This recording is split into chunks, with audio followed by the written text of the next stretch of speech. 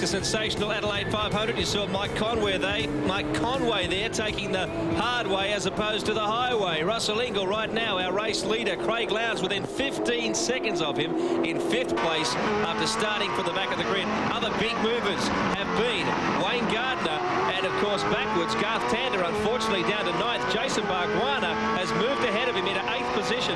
That's an amazing charge as well. And just before we go back to Mark Oster and Lee Diffie, a quick reminder and apologies to viewers in Western Australia. I believe you're having some problems getting through to our Ultimate XR8 Ford competition.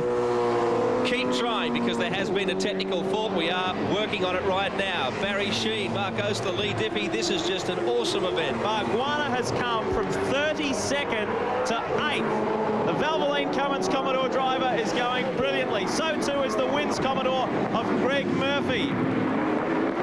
He had a massage this morning. He said he was pretty tired last night. Said he just wants to feel good. He said it was very physically taxing yesterday. He said, but he enjoyed it. And he said the car just keeps getting stronger and stronger. Keep in mind, there's no history on these two VT Commodores. They are brand new. The Wins team, Freddie Gibson and the gang, Alan Heafy, are learning all the time. So too is this guy. Yeah, it's been a tough beginning to the championship for Jason Bargwanna, developing the team's first VT. And when I say that, Gary Rogers has, in the past, only used ex-Fred Gibson or ex-Holden Racing Team Commodores. This is the first car that they've built in-house, the team. Mike Exel and the team down there in Melbourne. Jason's been struggling for trying to get maximum speed out of the car, but this has been a phenomenal effort. He's gone with Lowndes just behind him.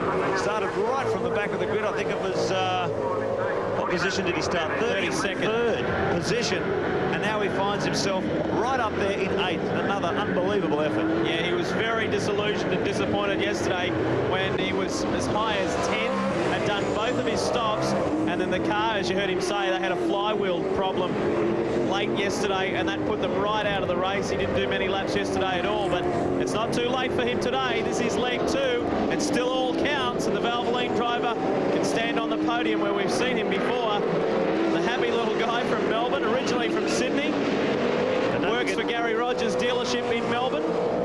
Interesting to know what happened to Garth Tander's car, because he dropped back a bunch of places and now he's stationary. Well, he's stationary, he's not dropping back, and he's just behind, one place behind Jason Bargwanna. So it must have been some problem that's cleared up, misfire or something like that, because he's going reasonably quickly again. I heard earlier he had a bit of a misfire, so maybe he's struggling with an intermittent problem there. I don't understand into the chase. I don't understand with Larry, because Larry Perkins was flying at the beginning, and all of a sudden he's not making any sort of progress at all. So Ingall the lead, still just over 3 seconds over Greg Murphy in 2nd position. Jason Bright holding station in 3rd, another 3 seconds behind Murphy. And Mark Larkham in the Mitre 10 Ford, he's 5 seconds behind 3rd place. But Craig Lowndes now just 2.7 seconds behind the Mitre 10 Ford.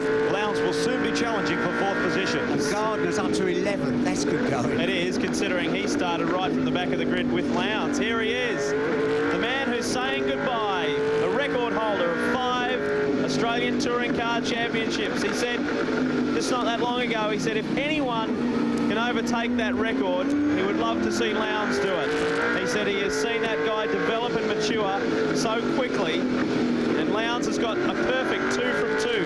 2 seasons contested, 2 titles under his belt, and he's showing us today why that is the case. Lowndes now up to 5th. Onto the main straight. Holden Young Lions, entry of Mark Noske just ahead of Dick Johnson. Doing a brilliant job, young Mark. He's lost his teammate Todd Kelly at Eastern Creek when Kelly crunched the car big time. They're not big on budget, but they are working hard. Mark has been training very hard. He's lost a lot of weight, the young guy. And he's on the way up. There's Dick Johnson, the inside run. Perkins is hassling him, the on-car camera. Crompton's not too far behind either. This is the battle, 15, 16, 17. Perkins is on the way back. Just an indication of the depth of this field. Looks like Trevor Ashby in trouble. Yeah, trouble. Linking up the inside of the pit wall there as the field swings past him. Hutt Street down Adelaide Straight once again, hammering up through the gears. Let's have a listen.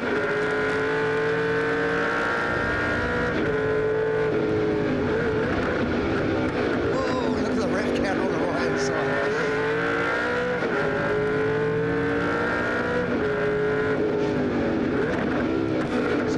see the rev counter on the right-hand side. It gives you a good idea of how much you use the gearbox to slow you down.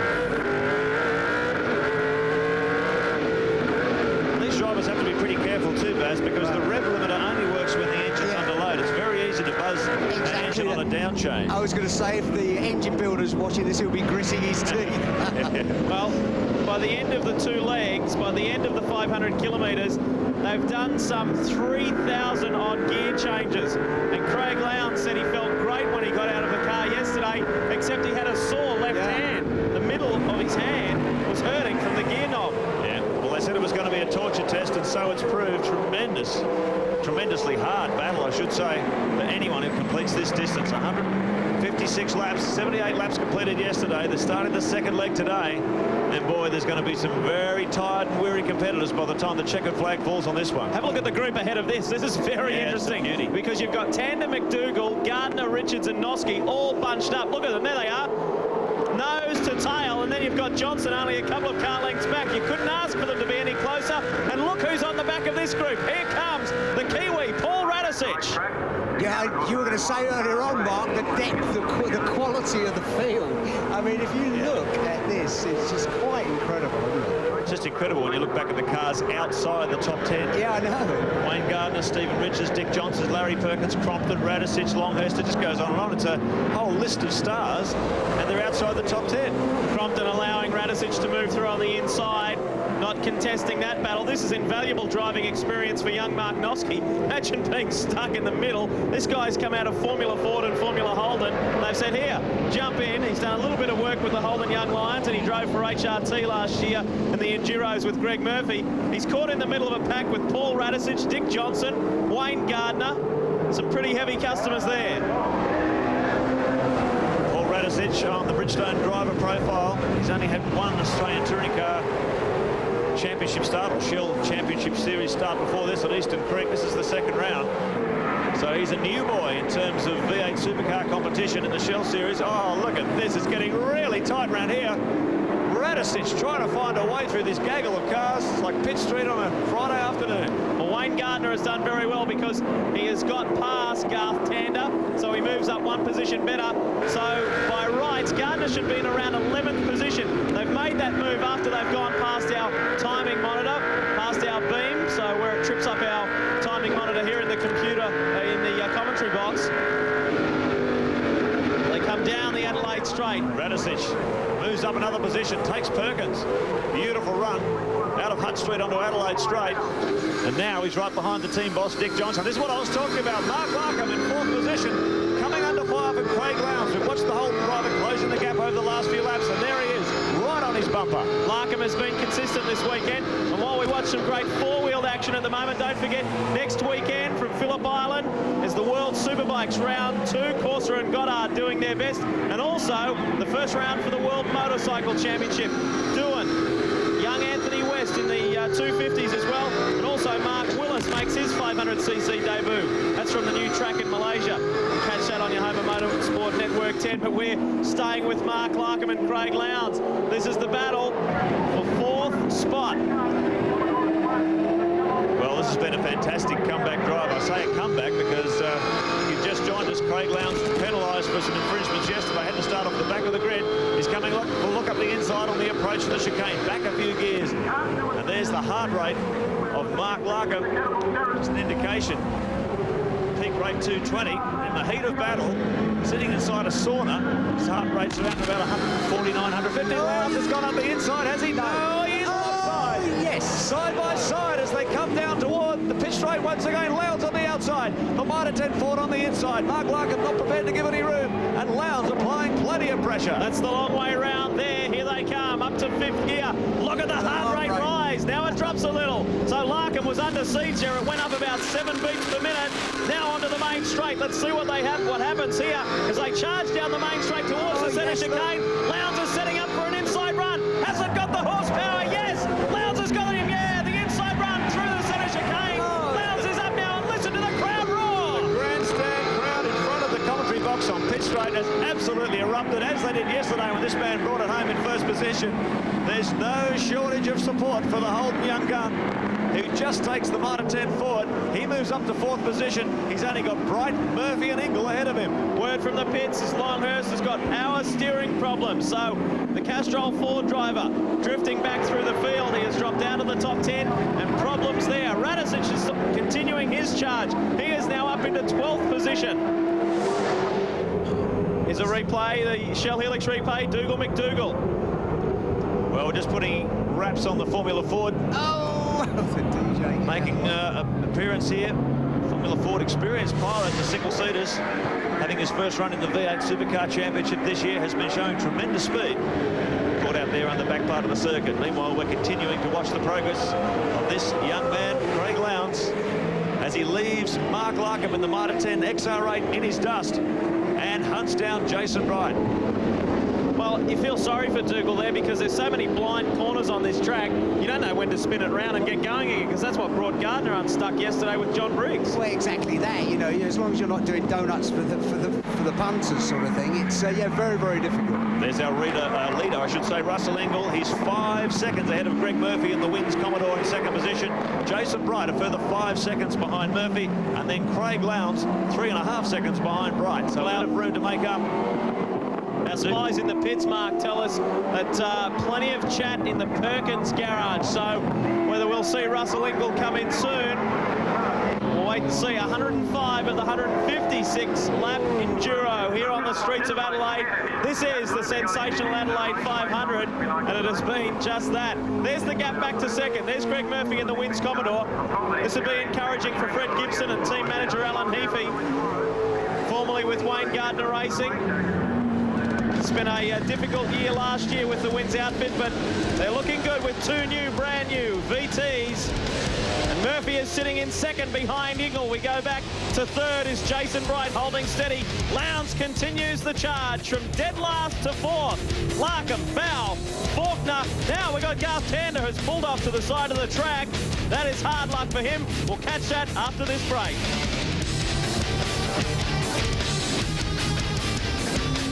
And of course, South Australia, look at that beautiful coastline from the vineyards all the way to the caves and also the local wildlife. There's plenty of that in town too this week as the drivers descend on this playground, highlighted by the Radisson Playford Hotel. Marvellous place to stay. The heroes are on fire out on the street. Championship leader Garth Tander is in the pits. He's got problems, but the first of the compulsory pit stops are on the way, and Lowndes has taken 3rd spot from Jason Bright. A massive move, this. And the crowd is going crazy all the way around this 3.22 Adelaide Street Circuit. They are riding with the Mobil 1 HRT pilot Craig Lowndes, and not only does he pass Bright, he pulls away immediately. How quick is this guy going? Dear, oh dear, this is the drive of a career, isn't it? This is amazing stuff. Everyone will remember this drive from Craig Lowndes for a long, long time. He's up to 3rd position. He's already on a podium position. The crowd showing their support for the young Holden star as he tries to track down Greg Murphy. He's some 7 seconds behind the Wins Commodore driver now. Through on the inside of McDonough. It's a great drive so far, Greg Rust. Well, frustration down in pit lane, though, for Garth Tander, the championship leader. Garth, tell us what's gone wrong. The Valvoline Cummins Commodore has been forced into the pits. Well, I don't exactly know yet, Greg. Developed a miss on that 4 or 5 and it's progressively got worse. We tried just staying out there to circulate, but it died coming out the back section of the track. Luckily, I was able to roll into pit lane. We'll see if we can't fix it and get out and try and get some points. Now, I understand that this morning during the course of the warm-up, you had to change a throttle cable. Could that be linked to it? No, it's nothing to do with the throttle cable. It's I don't know what it is exactly. It feels like it's electrical. I don't know. There was no problem with the throttle actual itself. It's just died. Just hope you can get it back out there. Thanks very much, Greg. Well, more problems too for Tony Longhurst as he comes into the pits yet again. The Castrol Ford driver, it's not a happy day because he had an alternator problem a short while ago. Now he has come back in again. So Brett Bull, team manager in the Longhurst camp, will be working overtime. In fact, he's turned it into the garage. And poor old Dougal McDougall was running so well there before. He's suffered a bent steering arm in that off he had. These cars in the garage as well. So they're starting to fall. The attrition rate starts to rise on the streets of Adelaide, but nothing is affecting this man, Russell Ingall, as he continues to lead the sensational, and it truly is, sensational Adelaide 500. Well, a couple of days ago, he was very passionate about winning this race. We'll talk more about that in a moment. Greg? Well, Tony Longhurst is down there, and I've got to tell you, he's looking a little disappointed at the moment. What's gone wrong, Tony? The power steering's gone, and now the alternator light's on, and the engine's running too hot. You're a bloke who's incredibly fit. Just how hot are the conditions out there today? Oh, look, it's just terrible. I'll just flick up on the dash. I'll find out how hot it was in there. We've got a sensor on the dash. It just says 38 degrees, but it was hotter than that. The battery's come down on the car, so the dash is not reading properly. I'd say about 50 degrees. All right, problems for Tony Longhurst. Lee? Yeah. Tough conditions, really tough conditions, but how cool does this guy look? Oh, Chrome Dome. We just saw John Bow on the pits too, coming in for his fuel stop. So 110 laps completed of this two-leg, 250 kilometres per day torture test around the streets of Adelaide. And there's a long, long way to go. And the Castrol SLX machine, the beautifully turned out Silver Commodore Russell Ingall, looking very comfortable in first position. Here's second place, the Wins Commodore of Kiwi Greg Murphy, 4.2 seconds behind our race leader. And that Lowndes is under 7 seconds behind this man. There's some sleepers in the pack too. They're just going about their work nice and steady, and I'm talking about the likes of Faulkner, Bargwanna, Richards. Gardner is in the top 10. How about that? So too is Paul Radisich. So the guys who have come right from the back, we're talking about Lowndes, who's on screen at the moment, Gardner, Radisich, Crompton's doing a good job, and Dick Johnson. And they're all pushing hard. Bargwanna's been doing a great job. He's up to 7th position behind Johnny Faulkner. And Craig Lowndes continues his hunt of our second place man, Greg Murphy. He's got it under 6 seconds. So in a few laps, I'm pretty sure we're going to see the Mobile Holden Racing Team Commodore right on the back bumper of the Wins machine. Well, Mobile One Holden Racing Team manager Jeff Gritch said at the hotel room last night, he said he was feeling pretty stressed. They had a tough day yesterday. Well, they didn't know what was in front of them today. Here's Mark Larkham. Hard at work. Great shot. They call it tap dancing. And it really does take some fancy footwork to pedal one of these cars around. Look at that. He's braking, stabbing at the clutch and shifting back. That's the idea there. He's matching the road speed to engine revs to try and avoid the rear wheels locking up as he shifts back a couple of gears. It really is quite a technique, and these guys do it thousands of times a day. Look at his right foot as he just waits till he gets the car ported straight before he gives it maximum throttle. Just touches the brakes, stabs back a gear. And watch this, he just waits, bang, then he gets it on full throttle. Once the car's in a straight line, no trouble trying to light them up. I think we've got Greg Murphy coming into the pits. Could be one of his first scheduled stops in the Wins machine. Barry's on the spot. Yeah, I'm here. Oh, there's I see a bit of a time. Greg's had a little bit of a close one with someone. There's tyre marks all over the front spoiler here. Nothing, can't see anything else wrong. A bit of a dink in the wing. Stop's going all right, yes. No problems anywhere. As yet, no tyre locks on. Oh, front left is a bit of aggro by the looks of it. Okay, yeah, trouble with the hose by the looks. Well, yeah, I think the hose got a little bit jammed up there. Out goes Greg, and we'll be back into it. So that's one of the two down. Fuel still to come. Here's the Faulkner-Bargwanna battle. 5th and 6th on the track at the moment. It is Ingall, Lowndes, Bright, Larkham, Faulkner, Bargwanna, Stephen Richards, Paul Radisich 8th, Gardner 9th, and Dick Johnson 10th. I'll tell you what's changed in the nature of this race today, Lee. We haven't had a safety car period. Caution, and yesterday was littered with it. This is why you see these guys now pitting under green flag conditions. That is full race conditions. That's the best what you don't want to have to do, because you lose so much position and so much track time. But we haven't had one safety car period, whereas yesterday it was absolutely covered in them. Well, John Faulkner, the better electrical VT Commodore. Quite an astounding thing happened to Faulkner yesterday, where he came here, in fact, with an oversized fuel cell, had to reduce it, so stuck some aluminium blocks in the tank to reduce the overall volume. The aluminium lines, fuel lines, Longhurst gets going again. We're rubbing, courtesy of the vibrations from the pumps, on those aluminium blocks. and shredded the lines. And there was a build-up of aluminium in his fuel tank, which blocked the fuel pumps, and he ran out of fuel, couldn't get the fuel. He actually finished the race with quite an amount of fuel in the tank, but it couldn't get through. Talk about frustrating. Pertec Ford driver Jason Bright continues his consistent run. He looks good, the young guy from Queensland. So too does Russell Ingall. Larkham in the Motor 10 Ford there. Faulkner, Bargwanna, Richards and Radicic. How good is the Kiwi going? More on your home of motorsport right after this.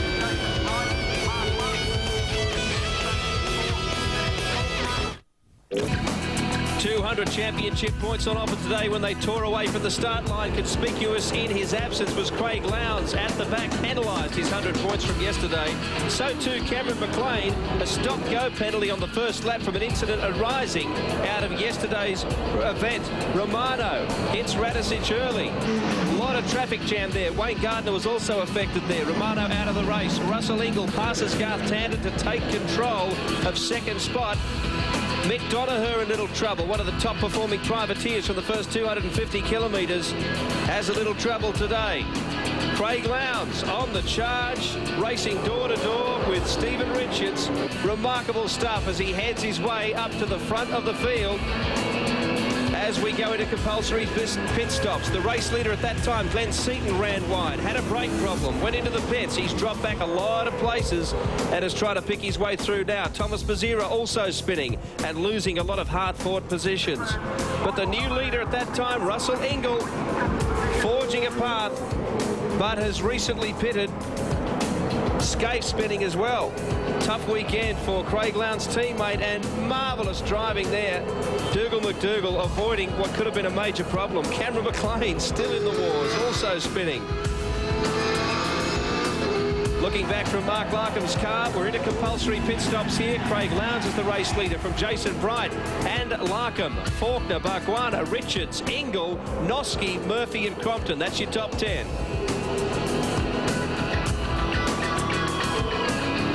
Well, Garth Tander had some problems. This is off tape. Suffering mechanical troubles. They had to push him back in. Meanwhile, Craig Lowndes just kept on pushing. He got past Jason Bright. And now, from last on the grid, Craig Lowndes leads the Sensational Adelaide 500. The two Ford Tickford Racing Falcons, Glenn Seaton, Neil Crompton. Crompton has come from rear of grid 2, or toward that way from 25th. He is now up into 10th position. Yeah, Glenn Seaton way down the order after brake problems early in the race. He was leading this race very handsomely too, until he had some brake dramas, and that's really cost him a lot of time. Russell Ingall came in a bit earlier, just during the break, and took his compulsory fuel stop. So the only thing remaining for Ingall now is to come in and make his compulsory tyre change. But after this stop, he's ended back 7th in the order. Meanwhile, Dick Johnson has been shown the black flag for speeding in pit lane. So Johnson's going to have to come back in, currently 15th in the order. That's going to drop him right down. But this was Ingall's stop. It's the slowest thing, waiting for the fuel to go in. And had a quick drink, got back into the race, and he's still well within the top 10 in 7th position. How about Jason Bargwanna from 32nd on the grid to 4th? It is almost as impressive as Craig Lowndes. The two Commodore drivers just powering their way through the field. Seaton seems to have settled somewhat, and at the moment sits in 21st position. Greg Rust. Some interesting tactics happening down here in the pits for you at the moment, Lee. Mark Scaife and Greg Murphy of the front runners have done tyres for their pit stops, but those opting for fuel at the moment, Russell Ingall, Dick Johnson, Paul Radicic and John Bowe, they've all been in and pitted for fuel. You talked there a few moments ago about Garth Tander. Well, the team tell me that they had a problem with the sensor. They believe that was what was causing the misfire. He's gone back out, he's okay, and unfortunately for Tony Longhurst, a loose belt was causing problems with the power steering. They repaired that and he's back out in action. Thanks, Greg, keeping us right up to date down there in a very, very busy pit lane, I can assure you. And right now we're going to work our way through this fascinating overlap. And some cars that were leading the race have gone in to make one of their compulsory stops. We've got guys out there who still haven't made a stop yet, including our race leader, Craig Lowndes. So all sorts of drama to unfold here as Lowndes finds himself remarkably in first position after starting off the back of the grid. You've just joined us on your home of Motorsport Network 10. Here's Neil Crompton in the FTR EL Falcon. It is a 500-kilometre race, the Sensational Adelaide 500. Two 250-kilometre legs to make up the one 500-kilometre race. Craig Lowndes won yesterday's leg, but then had his points taken away and had to start from rear of grid. He leads the way now, quite unbelievably. There's Dick Johnson performing his stop-go penalty, some damage on the front right of the car. Well, and the drivers must perform 2 compulsory pit stops, 1 for fuel, 1 for tyres. You cannot do either at the same time. You cannot put fuel in while you're changing tyres. You can see Dick's been in the wars there. Rear view mirror hanging off, dangling off the side of the door, all sorts of damage to the bodywork. The emotional time for Johnson, his last appearance in front of the Adelaide crowd as he winds down a magnificent 3-decade career in touring cars. It's Mark Noske doing a great job in 7th position. Car 99, the only Young Lions car appearing in Adelaide. Hasn't been in for a pit stop yet too, so he will fall down the order a little bit. 24-year-old Victorian, out of Formula Fords, out of Formula Holdens, now a fully fledged V8 supercar driver, and look who he's got on his hammer, Greg Murphy, the guy who he in fact shared a car with last year at the FAI 1000 Classic at Bathurst. In is our race leader, Craig Lowndes, in for the first of his 2 compulsory pit stops. Barry. Yeah, it's just standing at the back of the garage, just coming in for fuel this time round. Just have a look, see if we got any problems there. No, just cleaning the screen, fuel's going in. Everything looks cool, the guys, nobody's panicking. And just seems to take forever and a day to fill fuel. Okay, he's got the nod, he's away, good stop. Nice and clean, wasn't it? Very different race to yesterday, isn't it? No caution period so far. We've had cars firing off in all directions, but they've been able to either get them going or get them out of harm's way. So it's a very, very different nature, this race, to the first 250 Ks yesterday. You can see Tony Longhurst in behind Craig Lowndes there. So let's hope Longhurst is over his problems. Meanwhile, the battle continues. Bargwanna is holding out Stephen Richards. This is the battle for 4th and 5th. Bargwanna 4th, Richards 5th. David Parsons just tucked in behind them, one of yesterday's best performing privateers. Tell you what's significant about that pit stop for our former race leader, Craig Lowndes. He's come out in front of both Russell Ingall and Greg Murphy, who have both made 1 stop. So they've all done 1 stop, and he's still ahead of them. So he's still in the lead, effectively, because there's a few cars ahead of them that still have to make stops. So Craig Lowndes, a great stop from the Mobile Holden Racing team, keeps their boy right in the hunt. Oh, well, Barry was down there with them, and everything just seemed so calm. It was good. Yeah, well, they've obviously had to cool themselves off. I know Jeff Gretsch, Holden Racing team manager, he was absolutely fuming this morning. As I said before, he was even considering just pulling the car out in absolute disgust at the official's decision. But they finally decided to start. You just knew Lowndes. I mean, what a competitor. You just knew he was going to come charging through the pack, but he's done it so quickly. Rodney Forbes and Cameron McLean, these two had a good fight at Eastern Creek in round 1, where Forbes won the privateer sprint and Cameron McLean got 2nd, but Cameron finished the highest placed privateer on the day. That's a beautifully turned out car, Rodney Forbes' car, sister car to the Lansvale Smash Repairs car, prepared by ex-HRT team manager Wally Story. And particularly interesting is that paint job. It's a new coating made by PPG Industries. It's called Mexican Fire, and as it passes through your range of vision, it changes colour a number of different times. It's a spectacular effect. I'm sure we're going to see a lot more race cars wearing that war paint in the future. Has the same effect on everyone. Here's a replay of an earlier incident. This is Bargwanna and Stephen Richards. Oh, no. Yes, indeed. He's turned him around. He might straighten him up, actually. Keeps him going. Giving him one in the driver's door for good measure. Meanwhile, Ingall managed to scout around the outside, didn't get involved in that. So, after all that effort, Jason Bargwanna was running in 7th position. I'm not sure what that accident will have moved him down the order. Let's see where he is when the timing monitor trips up once again. Riding with Glenn Seaton, meanwhile, fighting his way back through the field. He's in the draft of Russell Ingall. Ingall currently placed 4th behind Craig Lowndes. Seaton is back in 18th position. The inside move there. This is from the back of Russell Ingall's car. Glenn Seaton right in his draft. There's a long way between these guys. Glenn, who started from pole position in leg 2, just didn't happen for him, although he got away to a beautiful start and cleared out from Garth Tander. Whoa! Seaton rides high on the ribbon strip and dives up the inside. He dodged one of the slower competitors. Seaton is through. Yeah, I don't think Russell needs to fight with Seaton. He's way down the order at the moment, and Russell Ingall effectively is running, what would he be, 1, 2, probably third in this race at the moment, because the two cars leading the race, Jason Bright is now leading in the Pertec Falcon, Larkham in the Mitre 10 Ford second, but they both have to make their first of compulsory stop. So effectively the order is Lowndes, Murphy, Ingall. Well, Craig Lowndes was very satisfied with his drive today. You couldn't ask for a more satisfying drive than this one if he remains where he is. Stephen Richards comes in after that tangle with Bargwanna. May have flat spotted a tyre. But these tyres will be getting pretty tired, if I say that by now. Former teammates too from the Gary Rogers Valvoline team. Neil Crompton in as well. Crompton's still just sitting outside the top 10. Apparently a black flag is going to be shown to car 7 after that tangle with Bargwanna. So Stephen Richards is going to be heading back into the pits pretty soon. Boy, oh boy, you got to keep yourself clean around here, don't you? It's frantic. It is so frantic. Team manager for the Holden Racing team, Jeff Gretsch, there's a replay of Seaton just racing up the inside, riding high on the ripple strip and got through safely. Jeff Gretsch said, I've got to tell you guys, he said yesterday was the equivalent to 2 Bathursts in one. He said you did not get a chance to take a breath. He said you had to be across everything, and it just all kept coming. There was no relief. This is Craig Lowndes, who at the moment sits outright third, but technically he is leading the race because Bright and Larkham are yet to stop. Yeah, we saw Jason Bright. Ross and Jimmy Stone kept the Pertec Falcon out very late on tyres yesterday.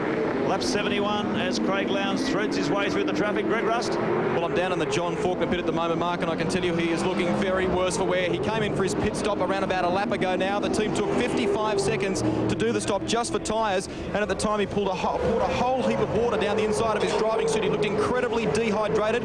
The St John's ambulance crew have arrived here.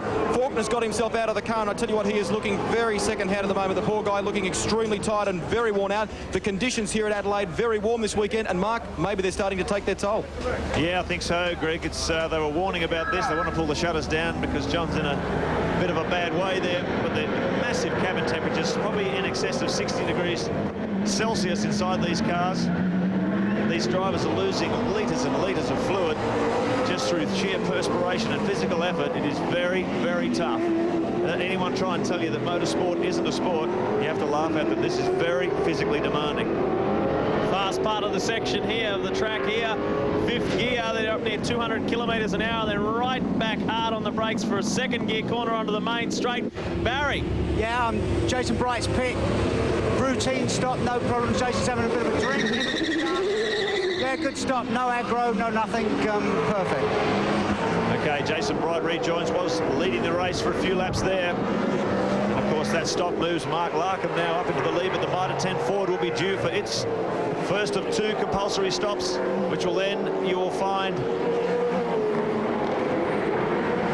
Greg Murphy, Craig Lowndes. Craig Lowndes still technically leading this race ahead of Murphy, with Ingall in 3rd position. And Bright has come out right in front of Russell Ingall. Both guys have had one of their 2 compulsory stops, so this is going to be a good battle now. Ingall chasing hard. It's the guy who he came 2nd to the FAI 1000 Classic last year at Bathurst. Some triple imagery on screen. Let's ride with the Enforcer.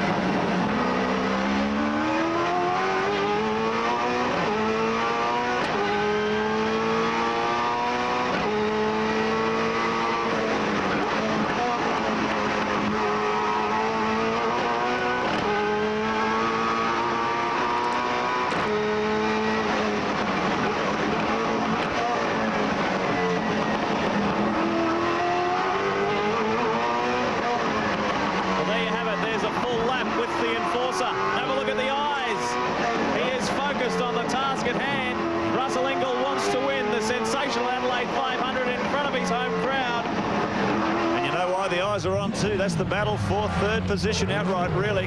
Larkham's still to pit, so taking Larkham's pit stop out of it. Craig Lowndes leads, Murphy second, Bright's third, Ingle is fourth. It's tough. Let's have a look at the Shell Helix leaderboard as Larry Perkins takes some fuel on board.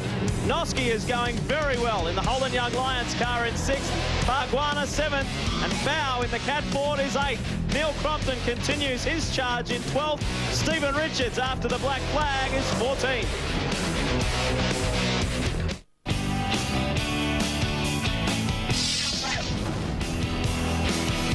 Stop-go penalty for Mark Larkham. Just one of the many events that have gone into making this a truly sensational race this afternoon. Craig Lowndes has fought his way back in the lead. Jason Bright, Russell Ingle, John Bow up to 4th place and has pitted. One of his compulsory pit stops has been made, so he's in good shape now. Murphy, Larkham, Noski, Bargwanna and Neil Crompton into the top 10 ahead of Mark Scaife. Mark Scaife was the first to pit twice. Scaife has completed both compulsory stops, so too has Greg Murphy. There, looks like a lot of fuel pouring from the fuel filler on the back of Mark Larkham's car. And hopefully that can unlock itself. Sometimes the dry brake systems get a bit of dirt stuck in them. The fuel valve remains stuck open. Fuel pours out as the car goes around a corner. And if it remains there, officials tend to bring these guys in to get that fixed. So hopefully, Mark Larkham's sake, that fuel problem will fix itself, Greg. Well, I'm down here in pit lane at the moment, Mark, and having watched a lot of those stops that you talked about, Bargwanna, Murphy, Scaife, Dick Johnson, Paul Radisich, and all of them, what they seem to be doing is taking on board fuel. They're throwing it down the front of their helmet. They're throwing it down the back of their driving suits or the front of their driving suits in a desperate attempt to try and keep cool. The temperatures down here really are quite hot. And as we were talking prior to the start of this race, I think temperature and fitness, who is the fittest, is really going to determine who's at the top at the end of today's race. Well, I think we know who's super fit. Tony Longhurst is, but all the drivers, well, they just know how competitive it is this year, and they've really upped the ante, all of them, including this guy on screen. Glenn Seaton has really been working hard at his fitness, Mark. Yeah, since Neil Crompton's come into the team, Neil follows a very strict fitness regime. And Glenn said he's never really thought about fitness. He's always just sort of got in the car and driven, but he realises that the stakes have been raised so high now in V8. The competition is so intense that you really have to be an athlete to drive these cars at 10/10ths for a full race distance. All right, it sits like this at the moment. Lowndes, Bright, Ingle, Bow. Murphy, who runs 5th, has made both compulsory pit stops. So looking good. Larkham, Noski, Bargwanna, Crompton 9th. Scaife as well has stopped twice. He sits in 10th.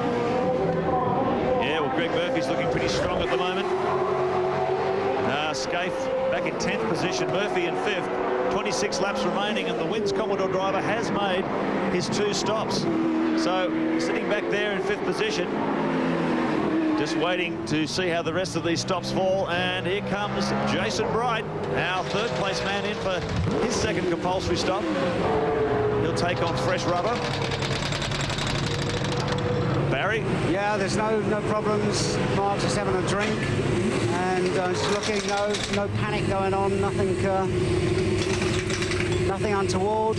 Normal stop. Uh-oh, I just copped the water bottle. A bit of trouble with the front left. No problem other than that. How's your fitness going down there, Baz? My fitness is fine. Mark just flung the water bottle out. It's fine. There's no problems. You're still off the smokes, Baz? Me, yeah, 14 months. Oh, hang in there, son. Jason Bright back out on the track. Don't you forget round 3 of the 1999 Shell Championship Series coming up. Barbagallo in a few weeks' time. The important thing to remember with this round is in years gone by, we've shown you that a delayed telecast a week later because of the time difference between the east and west coast. This year, race 1 on the program is on Saturday afternoon. The next 2 races are on Sunday, and that will enable us to bring it to you 3 to 5 p.m. on race day. Neil Crompton comes in, and so too does our man Craig Lowndes, Greg Rust is on the spot. It's a tyre change, Mark. 5 seconds gone already now. Lowndes eager to get back out there and maintain this cracking pace that he's been doing. Jeff Greg's just at the front of the car controlling things. The car looks incredibly straight, as you pointed out earlier. There's not a mark on it, as though he's been fighting his way through the field. He's kept it completely and utterly clean. And the car's proof of that. Off the jacks, on the deck, and away he goes. 21.5 seconds. Word through too that Mark Larkham is on his way back to the pits due to a fuel leak. We've got a quick shot of that earlier, so life not so good for Larkham, but things looking great for Craig Lowndes as he comes out of the pits. Another slick pit stop, and who's behind? Greg Murphy is on the charge. So Lowndes has come back out onto the track ahead of Greg Murphy. Both of those drivers have completed their 2 compulsory pit stops. And these 2 guys are behind Russell Ingall. Russell Ingall overtook Lowndes when he was in the pits, but Ingall still has to make another stop. So effectively, Craig Lowndes and Greg Murphy are fighting out the lead at the moment. What a magnificent weekend of racing. 2 totally different days of racing. Yesterday was littered with cautions. Oh, Mark Skaife. Speaking of cautions, that will be a full course yellow unless he can get going. Oh, look at the mess he's made of the Where is that? tyres. That is around behind the pit area. That is just before they sweep around onto the main straight. Yep, just under the Ford Tickford Bridge around there. Let's see if Skaife can get out of trouble. Now, this is a perfect view of the concrete canyon these guys are racing in. Not a lot of runoff room. Skaife's going to try and back it around to an area where he can turn the thing around and get it back into the pits, but he's sustained a fair amount of damage. Well, he knows just how risky it is to turn these cars around. So many blind corners. As we saw yesterday when Wayne Gardner nailed John Briggs. Skaife will have to get this car across the track. He's only going to turn around about a couple of 100 metres, and he will be into pit entry. So that was smart thinking, just backing it along the edge of the curving there. Let's have a look at this again on the replay. Well, he's all on his own, and he's just lost the back end. Looked like he came into the corner way too hot. Crunch. bang. Well, big damage on the back of the hill. He's taken the front as well. So Mark Skaife in all sorts of drama. He's limping down pit lane. There's Mark Larkham in the Mitre 10 Ford coming in for his second stop. So Russell Ingall continues to lead this race, but Craig Lowndes is in second position with Greg Murphy behind him. They've both made their 2 stops, Greg. Well, Skaife is shaking his head. He's very disappointed indeed. You can see lots of damage to the front of the number 2 Mobile Holden Racing Team Commodore. I think the guys are going to be forced to change this front spoiler. It's sporting too much damage. The bonnet as well is quite creased. They're going to change the front tyres in the process. Barry's further down pit lane. Yeah, there's a major problem here. I don't know what went on.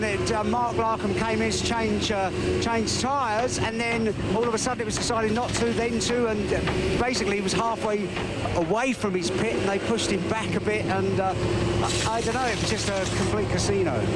To you, Greg.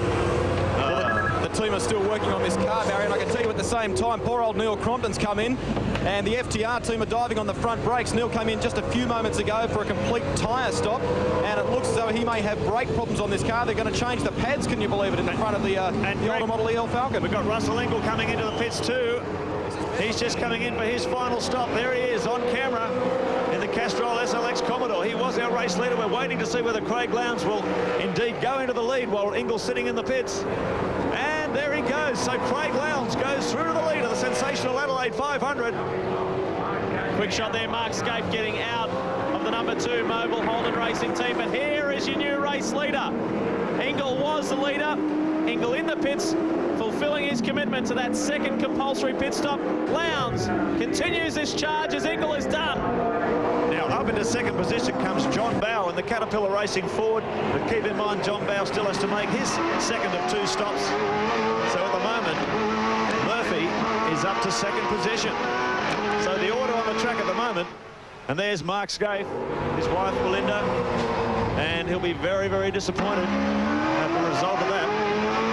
Here comes Russell Ingall fighting his way back through the field. Jason Bargwanna tucks in behind him as Russell Ingall now really tries to hunt down the man in front of him, Craig Lowndes. Well, he's got to try and get back up there, doesn't he? The battle of the Holdens. Lowndes leading the way. Bargwanna currently sits in 7th position. The number 35 Valvoline Cummins Commodore. He has not fulfilled his 2 pit stops. That's where it looks good for the likes of Lowndes, Bright, Ingall. Skaife was going great. He had done the 2 pit stops. Just that slight error around the back. Here it is, real time, real speed. Oh, that was quite a hit, wasn't it? You look at it in slow motion, then you look at it in real speed. That's the same spot where Barry Morecambe went in. There he is. Oh, look at that, throwing the belts off. He knows right there that it's all over. The Sensational Adelaide 500 has come to a not-so-sensational end for Mark Scaife.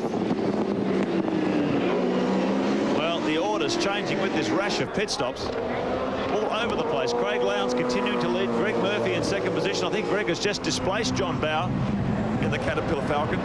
So it's Lowndes, Murphy in first and second, John Bowe in third, Jason Bright fourth, Mark Noske in fifth, Russell Ingall in sixth, Jason Bargwanna in seventh, Stephen Richards back in eighth, Radicic now fighting his way into the top 10, and Cameron McLean, the privateer who had to make that stop early in the race, he's relentless, isn't he? He's back in the top 10. He's doing great, the Queensland driver. Still has to do his second stop, Barry Sheen. Greg Rust. Thanks, Lee. I'm down here with an obviously disappointed Mark Scaife. Tell us what's happened. Well, I mean, obviously it was just my fault. We were struggling for rear tyres for a fair while, and I had a really bad back cramp, and I couldn't right foot brake anymore. I had to left foot brake everywhere, and basically had no feeling in my foot. So as I come to that particular corner, I left foot braked, just caught the dirt on the outside or a bit of the marbles, turned the back around, and I just went straight in the fence. So, I mean, it's hard work out there, but not, like, physically I was fine. I just honestly had some weird back drama. So, anyway, that's how it is. Early retirement today. Let's look forward to Barbagallo. I'm with you. Yeah, he might have a pinched nerve. Scaife was struggling with back pain yesterday. Looks like the problem is compounded on Sunday. Let's hope the team physio can sort that problem out for Scaife before we get to Barbagallo Raceway in 3 weeks' time. Here is John Bowe coming in. Now, Bowe, that is his second stop, so he's clear. He can go to the end from now. Let's have a look at your Shell Helix race score, because it sits like this, and it's sitting pretty for Craig Lowndes, who leads the way. Doing it nice. Murphy, Bright, Noske, Ingall, Bowe and Bargwanna. 4.9 seconds in front of Greg Murphy. Here's our race leader, Craig Lowndes. This man, what a phenomenal afternoon he has had, starting from the rear of the grid. He's fought his way through to the lead, and even with the 2 pit stops being made, he still finds himself in the lead of this race. Lowndes can feel victory in his grasp. Stephen Richards doing exceptionally well there too in the wins. Commodore has worked his way back up into 8th position. Mark Noske is sitting in 4th. Let's have a look. 9 back through. 16, Thomas Mazira trying hard. Rodney Forbes well placed. Cameron McLean in behind. Fellow Ford driver Paul Radicic. David Parsons, Mick Donoghue, Wayne Gardner after having contact with the wall earlier, and Neil Crompton battles on.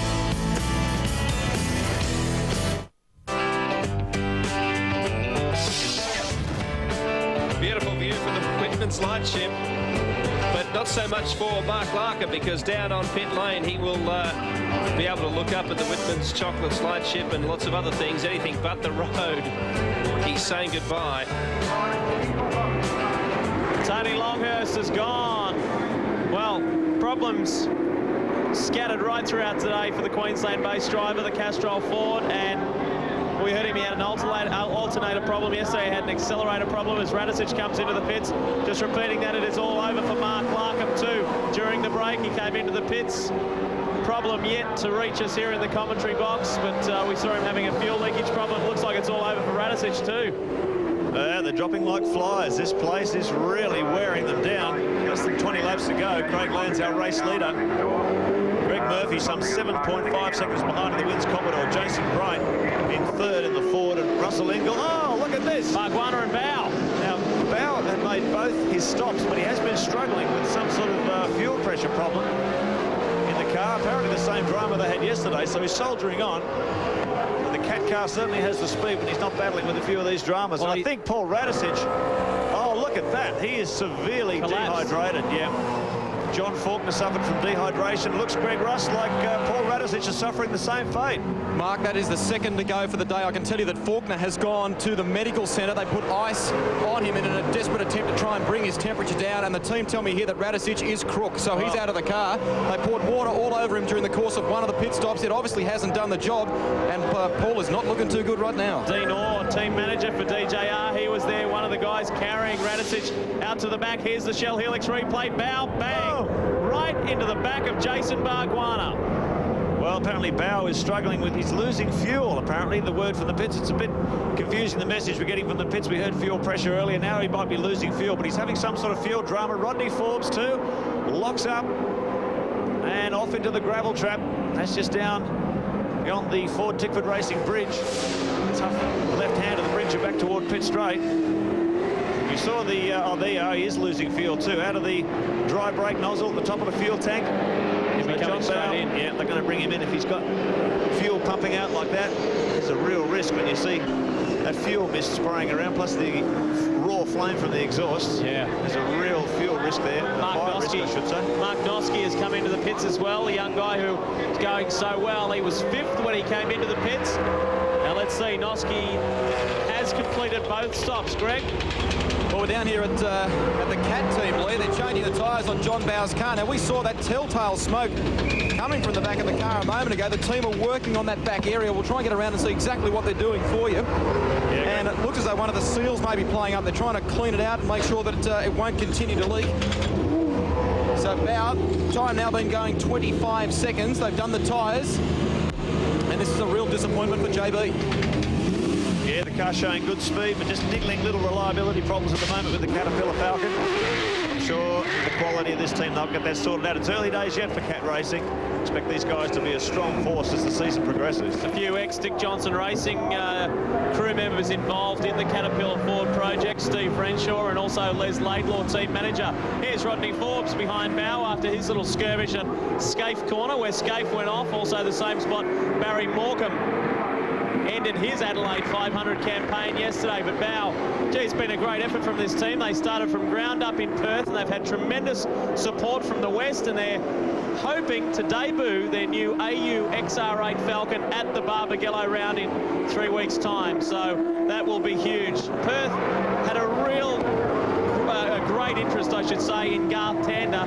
Now it's just multiplied by 2 because Bow is there. They've got 2 main contenders in the V8 Supercars, 2 front runners in the Shell Championship Series. And they can't wait till Bow gets hold of his new AU. There's the order at the bottom of your screen. Lowndes, Murphy, some 7.7 seconds behind the Holden Racing Team driver. Brighton third, some 18 seconds behind Murphy. And then Ingle about 5 seconds further behind the Pertec Ford. So that's your top order. Lowndes, Murphy, Bright, Ingle, Stephen Richards.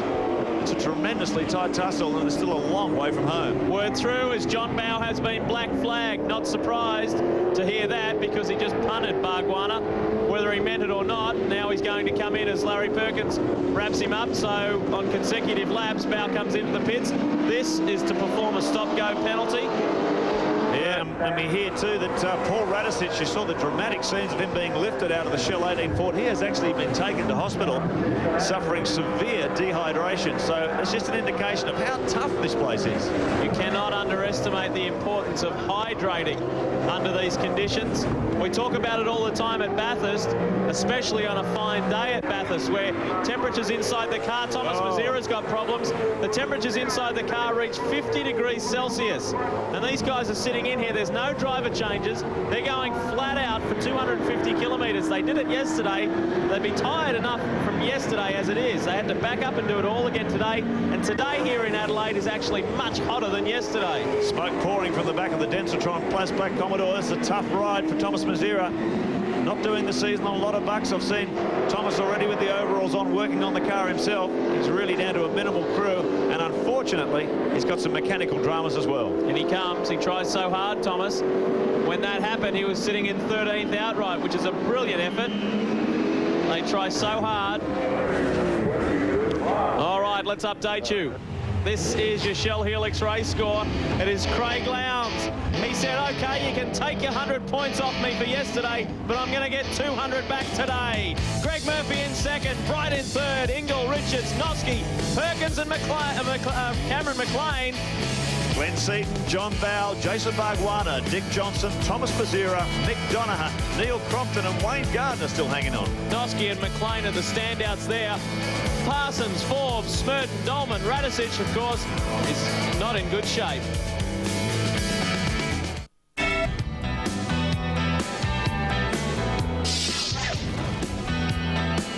Just over 10 laps to go for race leader Craig Lowndes. That's how close he is to what would be a career-making performance. Greg Murphy chasing him down, just over 7.5 seconds behind. That's the battle for the lead. Quite a good gap there to Jason Bright in the Pertec Falcon, followed by Russell Ingall, Stephen Richards, Mark Noske. What a performance from him, Lee Diffie, in front of a crowd today of 62,000 here in Adelaide. Well, you're constantly talking motor racing about lower budgets and struggling to get that corporate support. The Holden Young Lions team didn't get as much as what they expected this year. They battled on. They've lost Todd Kelly. Well, they've lost his car after a crash at Eastern Creek. But Noske is flying the flag high. It's unbelievable. These young guys, they're showing how good they are. Fitness is coming to the fore. 6 of the top 10 are under the age of 26. So, Lowndes, Murphy, Bright, Ingall, Richards, that's your top 5. This is Russell Ingall chasing Jason Bright. This is the battle we saw at Bathurst last year. Triple Emmetry on board with Russell Ingall, the enforcer. Yeah, great battle for third position. 7.7 seconds the gap between Greg Murphy and Craig Lowndes. That hasn't changed. They've been having a tremendous duel, really pushing each other to the limit as they match each other's lap times. This is the battle for third position. It's 19 seconds behind Greg Murphy is Jason Bright, and Russell Ingall's breathing right down his neck as they start to weave their way through the traffic. Had his first Formula Ford race here on the streets of Adelaide back in the late 80s. Oh! Finished third. Look at that. Seaton in the Ford Credit Falcon in 8th position, sitting a lap down.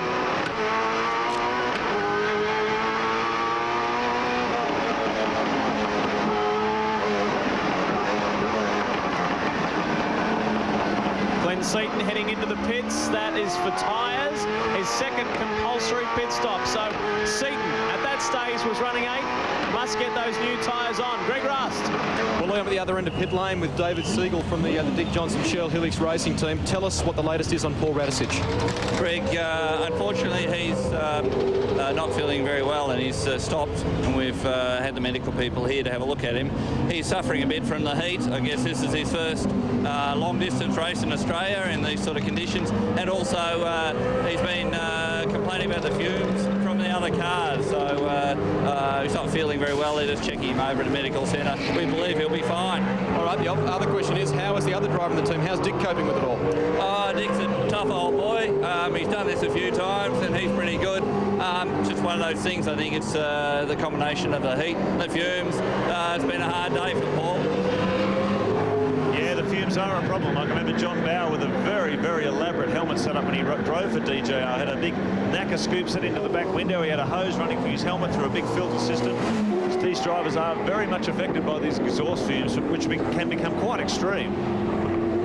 Yeah, Dick Johnson is going exceptionally well. We should say that. Dick's sitting in 11th position. Qualified 17th and was really on the charge yesterday. He was in the top 10 and dropped back to 24th. That's where he started today's race. Now he's on the way back, and he's sitting in 11th behind Glenn Seaton and ahead of Cameron McLean. Here's Peter Dillman in the Gatorade Commodore. Sitting inside the top 20, 19th position outright for the Gatorade car. I'm sure they'd be pleased with that. Good effort for them. The car has kept going all weekend. Well, I know the team, Joanne Gardner, have been working very, very hard on publicity and promotion for the team. Trying to give their new sponsor, Gatorade, a good run throughout the Sensational Adelaide 500. And they're a very tight-knit, small, but very happy team. Dillman and Connor, they've been together for a number of years. And really looking forward to having a strong, consistent run here. And finishing inside the top 20 would be a very good effort. Top place privateer is Cameron McLean. Quick look at our timing monitor. It looks like Mick Donoghue in the Ultratune Commodore is second best privateer, so great effort by those guys. But meanwhile, it's Ingall who sits in 4th, chasing out after Jason Bright.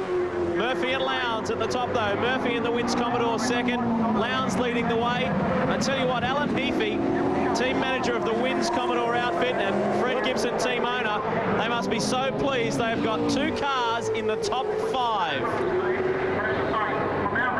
A bit further down the pack, David Parsons, currently running in 17th position.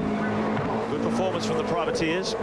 Keep in mind this year, everyone running on control tyres, the same Bridgestone tyre fitted to every car in the field from Craig Lowndes all the way back. And And it really has given a lot of the privateers a lot of heart to know that they're running on a level playing field for the first time in touring car racing, Australian touring car racing. And I'm sure we're going to see even more privateers entering the ranks to try and take it up to the big boys. We saw a great run from Cameron McLean yesterday, an outstanding drive from the V8 rookie to get himself up to 6th in the first 250 kilometre leg. And it just goes to show that a properly prepared car with a good driver can do wonders in this competition. Well, you've got to say that Dave Parsons is at least consistent.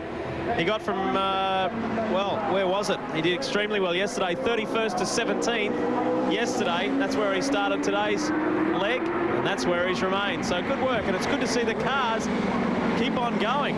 Whether they're laps down, it doesn't matter.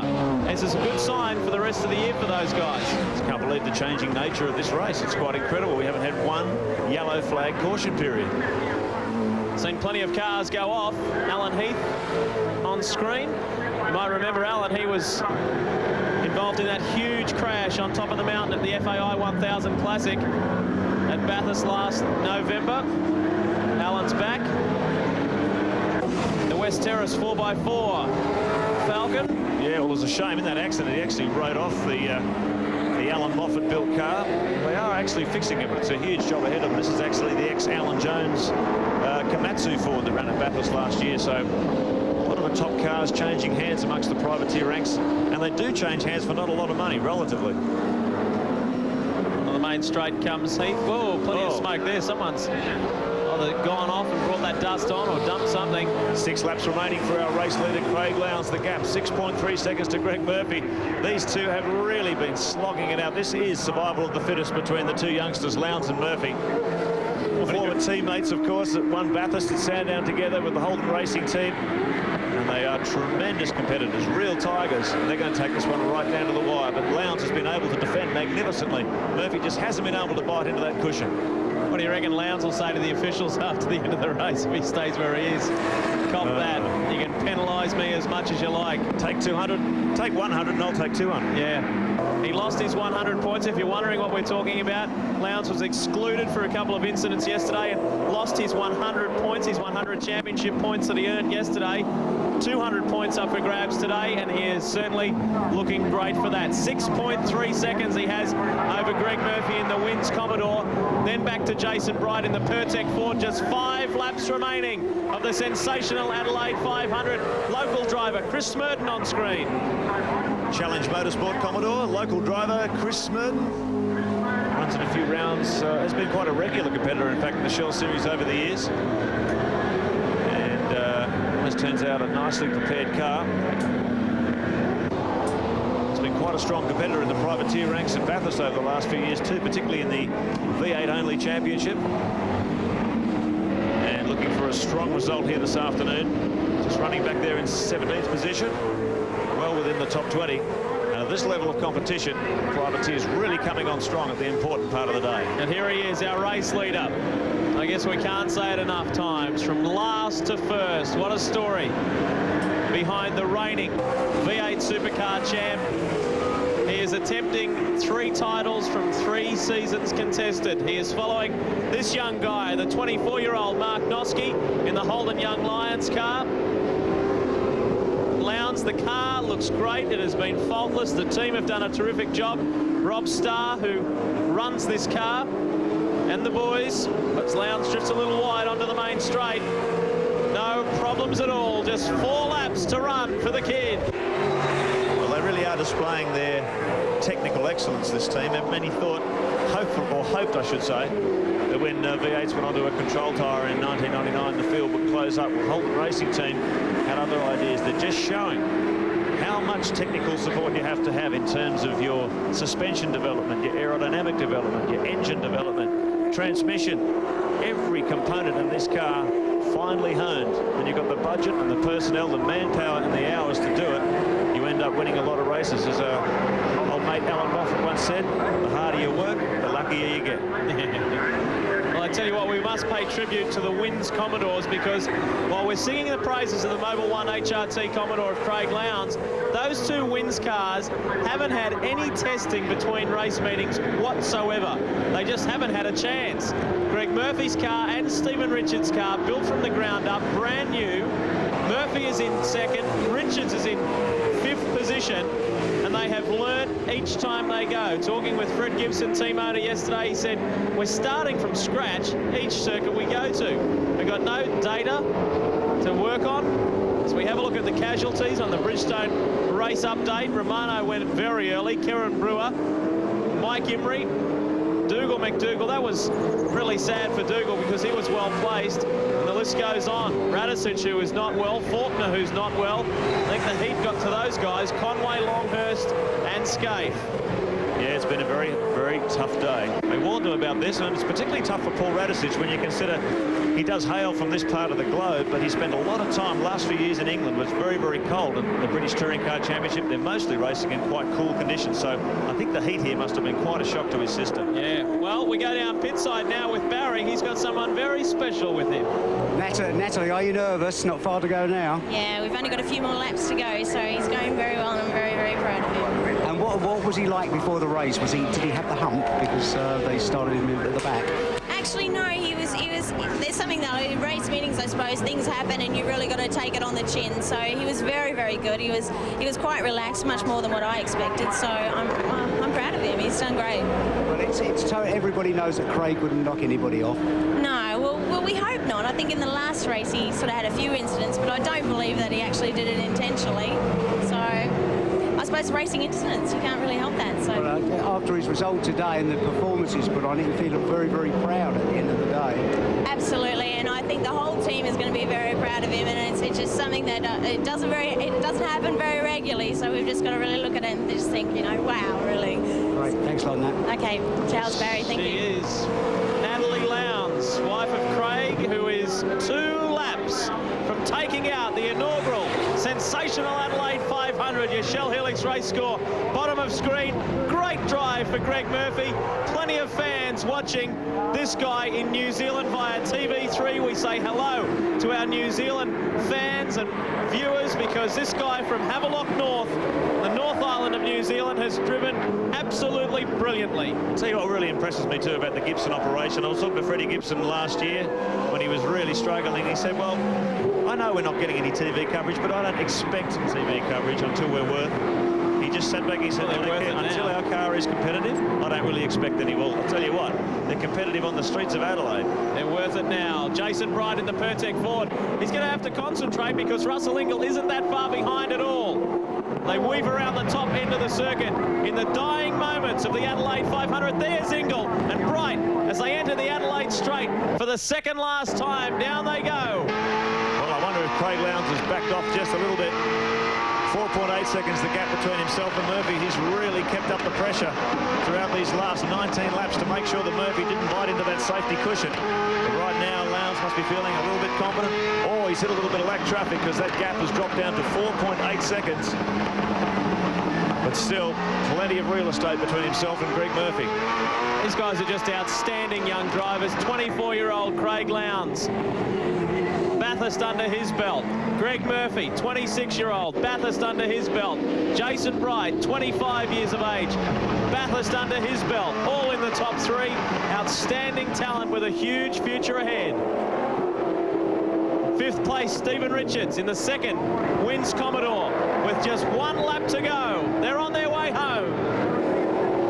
Yeah, it's been a wonderful weekend for Craig Lowndes on Sunday. Terrible weekend for him on Saturday.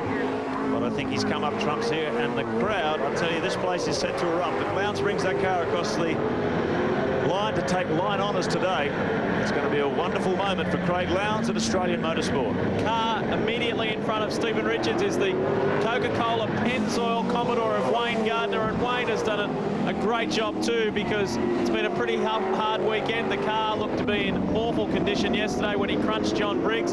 He went off the circuit again today as well, hit the wall. The team had to fix it big time, and Wayne has worked his way back to 14th outright. So well done to Gardner, while Lowndes is on the way home. Yeah, very different race today, wasn't it? We saw a massive yellow flag periods last year. Not one today. Yesterday, I should say. Not one today. And Craig Lowndes really has been the man of the match. In amongst traffic, Thomas Mazira is right in front of him. But here they come, and the kid wins in Adelaide. Craig Lowndes does it. The inaugural Adelaide 500, and Lowndes was sensational.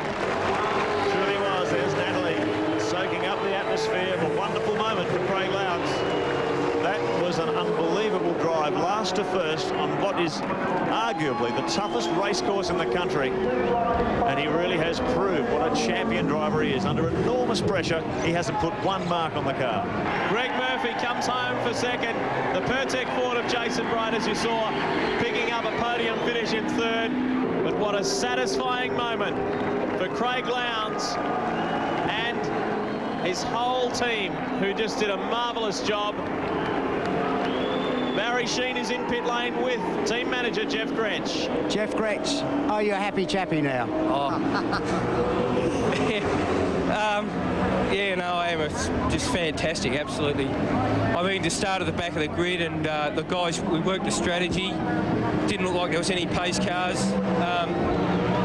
I know I shouldn't say it on TV, Barry, but bloody good shit. No, the point about it was, I know how annoyed and aggravated you were before the start of the race, even to the point where you were going to pull the car out and say, bugger them. Yeah, Barry, there was a lot of emotion, you know, as you can imagine, but look, he's just a fantastic driver, and the team were just absolutely, you know, we got our heads together. We knew we had a job to do, and all credit to the guys. You know, I mean, we're going to have VBs and get pissed tonight. Great, good on you, Jeff. Okay, thank you very much.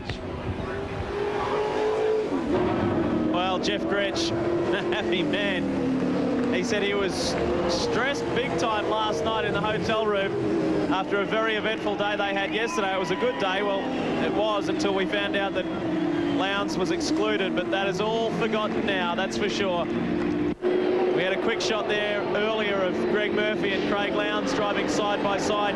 They're very good mates, the former teammates. They socialise and they get on very well. There's Russell Ingall. What a great run he had, and very unlucky not to stand on the podium. It was a tough race. He had a good tactical race, and Bright edged him out for that top 3 position. Have a look at the crowd here at Adelaide. It has been great since Friday, starting from 41,000 on Friday, and there's Dick Johnson saying goodbye to Adelaide. His last drive on the streets of Adelaide. It'll be an emotional moment for Dick. He won the very first touring car support race for the Australian Grand Prix here in Adelaide in 1985. And today is his final drive in Adelaide, and there is Lowndes. So satisfied. He said his left hand was giving him hell yesterday from the gear changes. Look at him, he looks exhausted. Getting out of the car, and he will party tonight. There's Paul Weissel, the team PR. Listen to the crowd.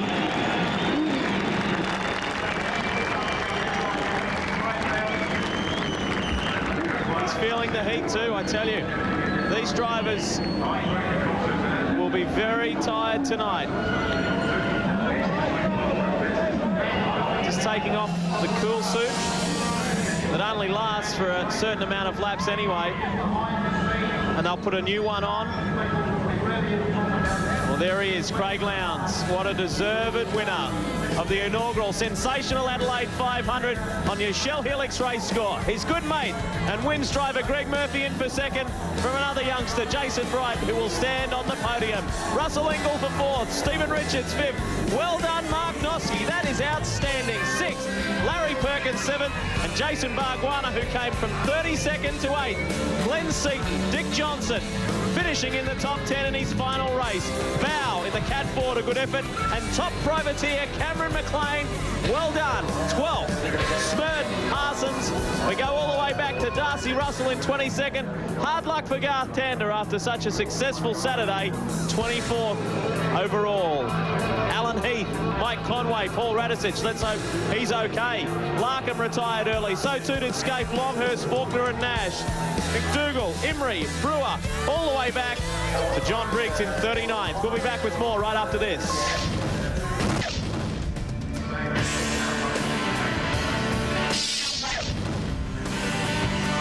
Large sections of this massive crowd of 62,000 here in Adelaide making their way down in front of the podium area for the presentation for the very first Sensational Adelaide 500. What a driver Craig Lowndes is. In 1996, he became only the second driver to clean sweep the championship, the Sandown 500 and Bathurst in the same year. Only Peter Brock had ever done that before. He went off overseas in 97 to tackle Formula 3000, make his way into what we hoped would be the upper echelons of motorsport. However, it didn't turn out to be a very good year for him. Circumstance, misadventure, and a few other problems sent him back to Australia that year just for the Enduros.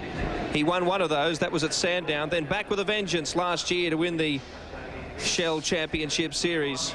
Remarkable driver. Here is the presentation, starting with the anthem.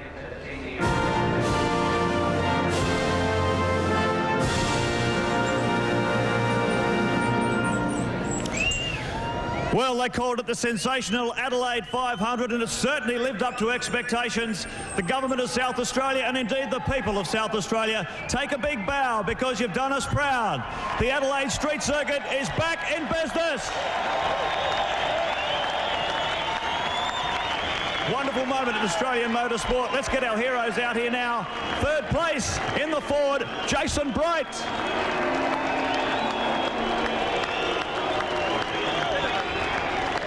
Let's get our second position now. It was a fantastic fight between himself and Craig Lowndes.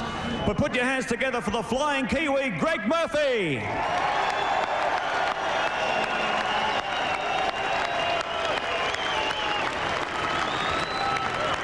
And as if I need to say it, but in first position, he's come from last to first. Can you believe it? It'll be one of the greatest drives in the history of this guy's career.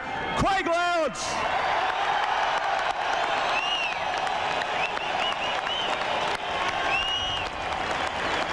Fantastic, fantastic moment.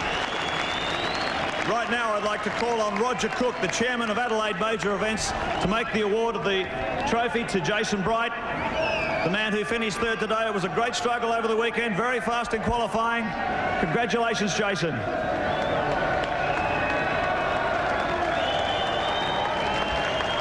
Boy, oh boy. They said it was going to be tough, but that takes it to a new dimension. Man, that is too long a distance for one driver. I mean, I don't know about any other drivers out there, but I'm absolutely stuffed.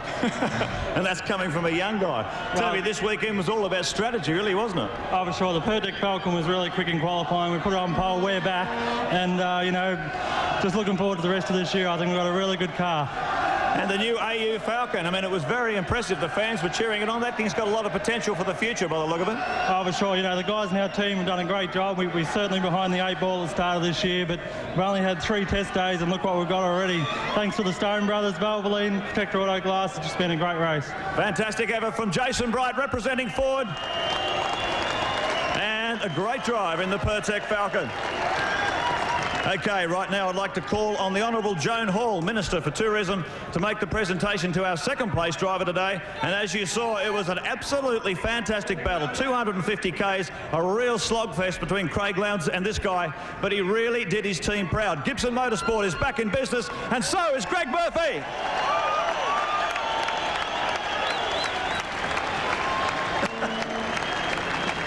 But you could have done with a bit of that stuff when you were sitting in the car. I reckon you would have drunk about 10 drink bottles dry, wouldn't you? Yeah, I've never drunk so much. I had the hose in my mouth the whole race. I was chewing on it like Glenn Seaton was. Now, did you expect to do this well at this street circuit or not?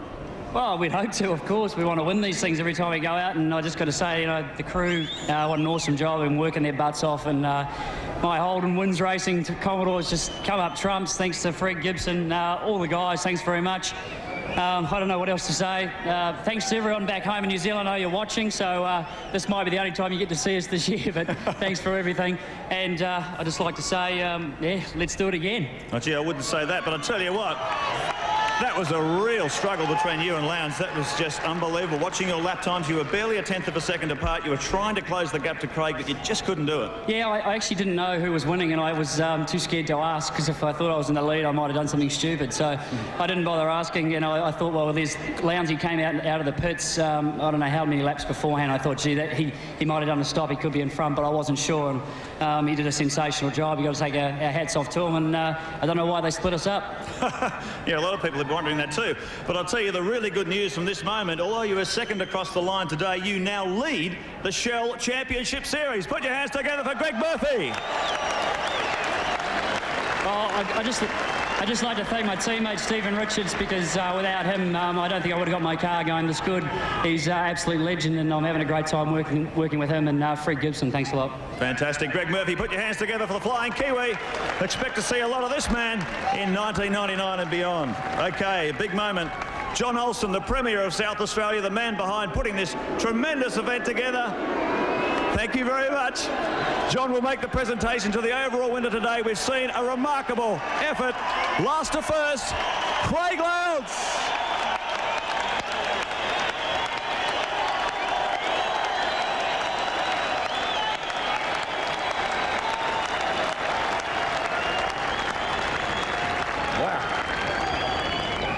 Soak it up, son. They don't come better than that. How do you feel right now?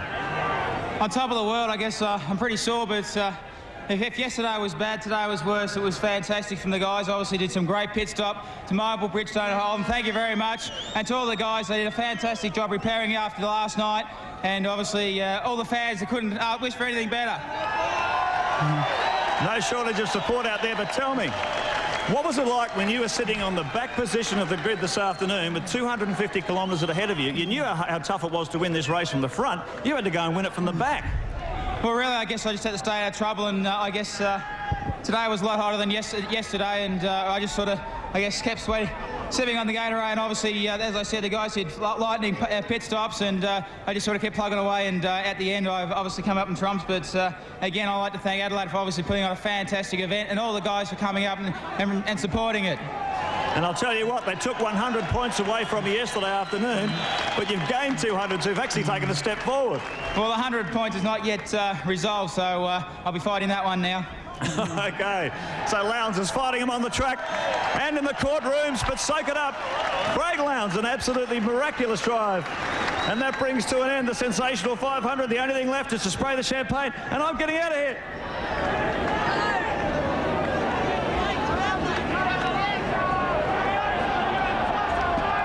Well, I think Mark Osler has been the quickest this weekend off the starting grid, off the podium, as Craig Lowndes sprays the champagne on an adoring crowd. They were cheering him all over the place today, and what a day it's been for him, starting off with the most dismal news that he was relegated to the back of the grid, and in controversial circumstances as well, in effect penalised twice over the course of this event for the same offence.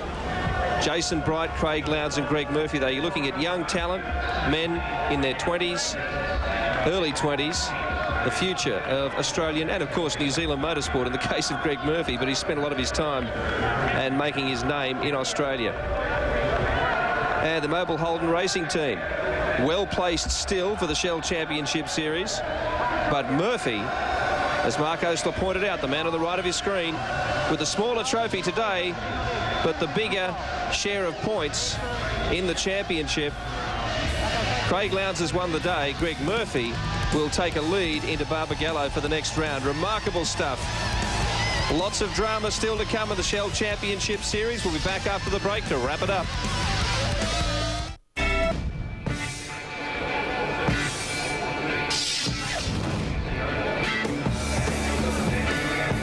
There it is, massive support here for the Sensational Adelaide 500. They're supporting their local event. They're also supporting V8 Supercar racing. I'm sure a great portion of that crowd today were here to see the spectacle. They may not have been die-hard supercar fans. I think there's a good bet they would have walked away as such, though, because it's been so spectacular this weekend. Remarkably, though, this race today was full on, no yellow flag, and that certainly would have interfered with a few tactics.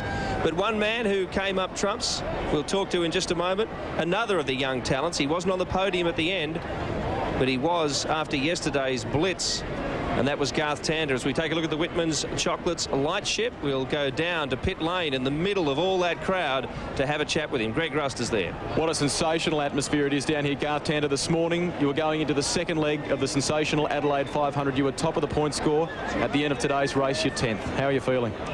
Obviously, we're very disappointed to have we had a small component failure, a small sensor, a $20 part on the car fail, and we managed to get in, change it, and get out again. But it's cost us a lot of time. I think we went down 10 laps, and it's very disappointing going in leading. I think we've come out sort of 10th. So unfortunate, but these things happen. We just look forward to the next round. We heard from Greg Murphy, from Jason Bright, and we even heard from Craig Lowndes during the course of the presentations there about just how tired they are after the 2 legs. How are you feeling? How taxing is this event? Oh, it's very tough. It's very hard work. You're constantly changing gears, braking, turning corners. There's no chance to rest, and I feel a lot better than I did after the first leg yesterday, but I'm still pretty tired, and I think I'll have to just step up the training program before we get to the next Enduros, but as a whole I feel good, but it is pretty tough. All right, looking ahead now, the next round of the championship is home turf for you, Western Australia. You're off to Barbagallo. Are you looking forward to it? Definitely. I mean, we look to get some points back in the next round, and we'll sort of hopefully run the top 3 or 4 again, and maybe even get our first race win at home. That'd be great. When are you looking to get the VT? I know that that Barks has been making some inroads with his car, and quite a strong performance from him today. When are we going to see you step up? We're still probably a month and a half away before my car's finished, and once we both get in a VT, I think you'll find that we'll both go faster again, so I'm looking forward to that too. All right, a great crowd here today, a sensational event, no doubt about it. An unfortunate way for you to finish, but let's look forward to Barbagallo. All right, Greg, thanks a lot. Cheers. Garth Tander there mentioning just how difficult it was for one so young. And as a very young person yourself, Barry Sheen, we stand here in pit lane with the sun still beating down on our backs late in the afternoon. Very hot conditions. It was extreme in the cars, and 2 guys who I know are much older than you, Dick Johnson and Larry Perkins.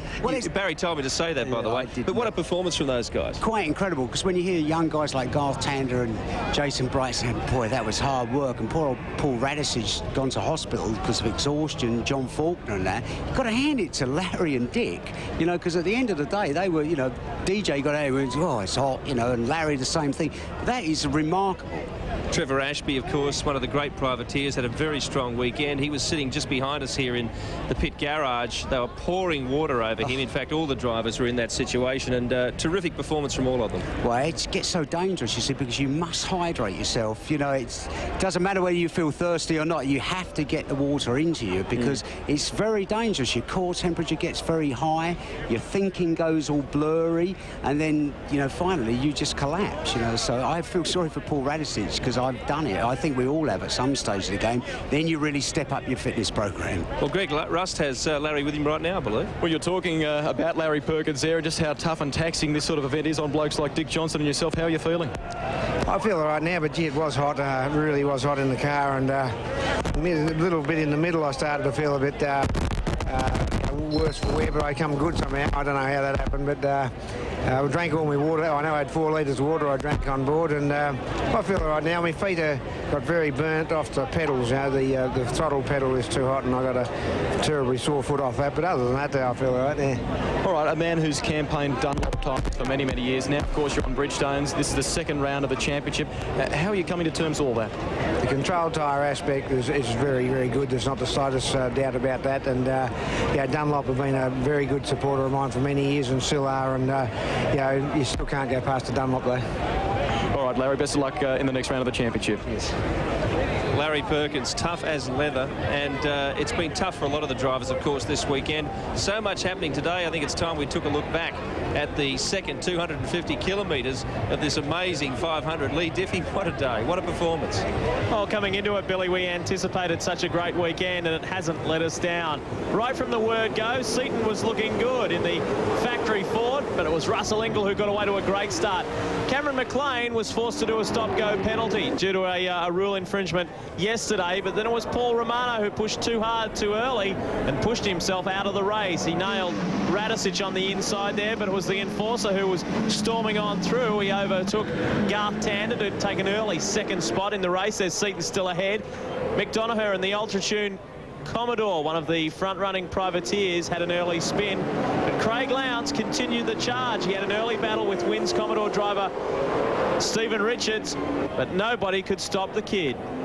Yeah, it was a really outstanding drive, wasn't it? I mean, people will remember this for a long, long time. So will Glenn Seaton. He was struggling with brake problems, apparently leaking fluid. He was pumping the pedal there, as you can see in that shot. It just got worse and worse as the day went on. Wasn't too good for Thomas Mazera, who was in trouble early in the race and struggled in the end. The smoke billowing from the car. Russell Ingall, though, continued to surge toward the front. Mark Scape was trying too, but he looped it. He had a pretty bad day out there. Spin, we're not sure what started that one, but Tony Longhurst and Dougal McDougall very lucky to avoid contact. Cameron McLean went for an early spin as well in a tricky section of the track. The centre chicane. Meanwhile, as we saw earlier, Lowndes continued the charge from last. This was a battle in the top 5 as he got through on Larkham. And here we see Dougal McDougall spinning in the Aloe Quench Commodore. Hard luck for Dougal because, as you can see, the company he was keeping there, he was well in the top 10. Problems too for Garth Tander. As he said, he had that metering problem, a $20 part can let down a $300,000 race car, and he was certainly a victim of that today. Lowndes continued his relentless pursuit of the lead. Wayne Gardner, try as he may, just couldn't stay out of the drama today. So too Jason Bargwanna, who's had a terrible weekend. He really did make a phenomenal start to get up to the top 10 position, got taken out in the contact there. And John Faulkner was the first sign that the temperature was getting very, very hot out there and drivers were going to start falling. Mark Larkham had fuel just spewing from the car, and he had to come in for good. Did Mark Scaife. That was it. It was over. Too much damage done to the number 2 Mobil 1 Holden Racing Team car. There was no problems with numero uno. Yeah, Mitre 10 car was in trouble too. Just saw sorts of mechanical failures. And then we saw John Bowe. Not sure whether he had brake problems, but he just gave a king hit in the back of Jason Bargwanna, the same corner where he got turned around a bit earlier. And Bowe then had to pay a penalty. Now, the man who really paid the price for these hot weather conditions was Paul Radicic. Badly dehydrated, in fact, taken to hospital for rehydration. So bad was his condition. Rodney Forbes went for an excursion through the kitty litter, where he went off yesterday as well. Meanwhile, the Caterpillar Ford of John Bowe was going well, but more fuel problems for him. Thomas Mazzero also experienced a hard day. Yeah, we talked before about the smoke pouring from there, but all through that amazing event, Craig Lowndes, from last to first, truly remarkable performance. Well, pleasant as it was for the crowd out there today, it's very hard to appreciate just what the drivers go through. Dick Johnson's been kind enough to join us down here in pit lane. Dick, Larry mentioned the heat on his foot from the pedal. I mean, that's something none of us would ever think about. No, well, I got no skin left on the bottom of my foot, and I just couldn't physically push the brake pedal any harder, and it's just unfortunate because I know damn well the car could have gone quicker. It was the car was feeling really good indeed, and I just couldn't push the pedal any harder, and I didn't want to sort of knock anyone off the road, and I didn't want to go off myself. A mighty job by the entire team, mate. I guess setting up for an enduro this early in the season, everyone's done a tremendous job from the drivers on down. I reckon it's terrific. I reckon they should all be like this, you know, get some of these young guys to get out of bed at 5 o'clock in the morning and go and do a bit of training or something. That'll be the day. Dick, I was trying to think, you know, the way to explain it's a sort of a psychological warfare with yourself, isn't it, when you start getting hot and feeling sort of sick. Well, you've got to try and shut whatever's hurting you out, you know, like, you know, when your foot feels like it's on fire every time you jump on the brake pedal, you've got to think about something else, but you've got to really concentrate on the corners that are coming up and that, because you've only got to miss it by a fraction of a second and you overshoot the runway, and that's basically what happened to me after I've changed tyres. They were cold and I went back out and I just, you know, like a dill, you know, tried to get them too hot too quick, you know. So is it a bit sentimental here for you, you know, your last race in Adelaide as a driver? Well, I haven't thought about that yet, mate. I'm still worried about my foot. It's a bit sore. So you're so fit, Dick, because I look after you so well. Oh, mate, you're just a genius, you know, getting me all those massages and that. It's lovely. I'm glad you got the good-looking one. Yeah, exactly. Dick, you mentioned the performance of the car, and the performance of Paul Radicic was good too, so things are looking good for the rest of the season as well. Yeah, most definitely. I think we've come a long way since Eastern Creek. The cars are really starting to come on strong, and you know, I'd reckon by Perth we're going to have a really good package together, and I'm really looking forward to it, because when the car feels good and the tyres hang in and everything like that, I just really get so enthusiastic about it. I really want to get in and have a go, you know. So this just doesn't mean you're going to call off the retirement midway through the last ride, are you? No, not at all. It's just when the car's not right, it really, you know, it doesn't interest me anymore. I'm getting too old for that, I think. Your observation, I know it's early in the season, but we've had a bunch of sprint races in Melbourne and then, of course, Eastern Creek, and now we've had an enduro, the control tyre thing. How do you think that's stacked up? Well, it appears to be working very well indeed, you know. I think, you know, the performance of them over the couple of races we've had has been quite good, and, you know, I can't see any problem with it. I don't think you've ever heard one whinge from any person that's out there at the moment about, oh, but my tyres are no good or something like that. So everybody's on the same, so that's basically what it is, you know. What you see is what you get. You're never one to moan anyway, Dick, are you? Oh, no, badge. You're asking me? You've got to be kidding. Can you believe we didn't have a pace car out there today? No yellow flag, at least full course yellow. Well, that made it really, really tough indeed, because to have a yellow flag, really does sort of give you a chance to get your breath. But to do the, end on end like that was quite unusual, really. Certainly in a long race like this, round a racetrack like this.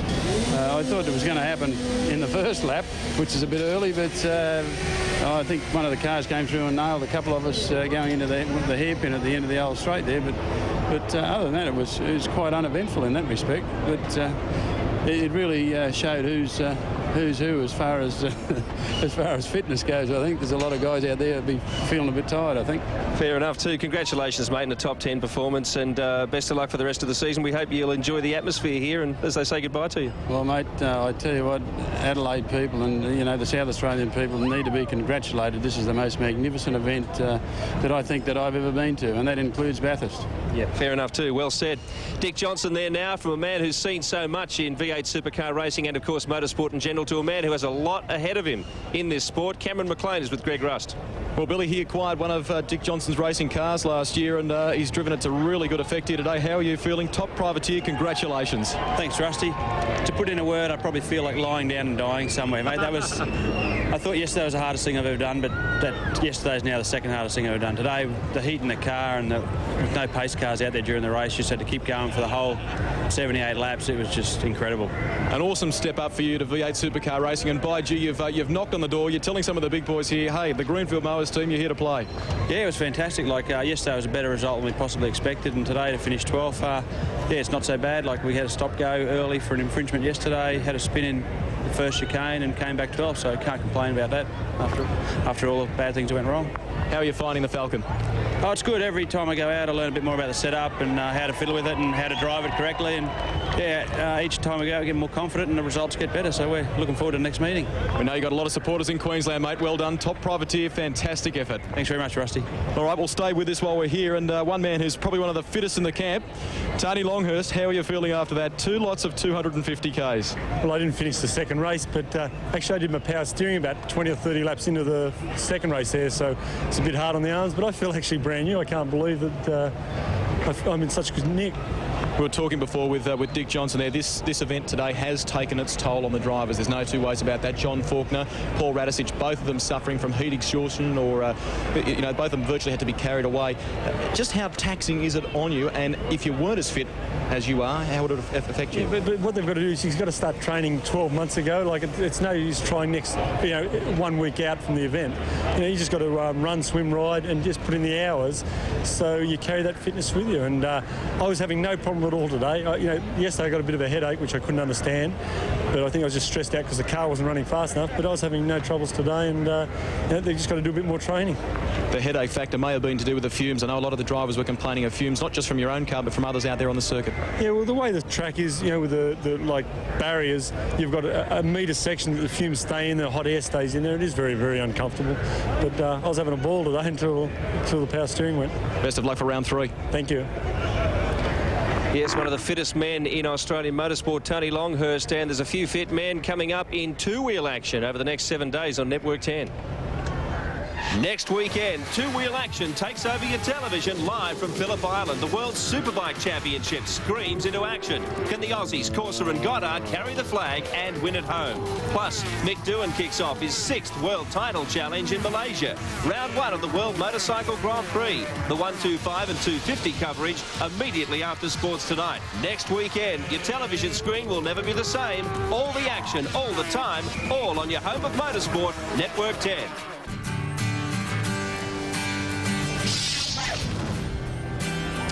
Welcome back to Adelaide, and just repeating before we end this telecast today, 41,000 on Friday, 55,000 on Saturday, and a great many of the 62,000 here today are now flocking to see a bunch of very hot bands playing. The entertainment is all over the place here in the Sensational Adelaide 500, and the partying will continue throughout the night.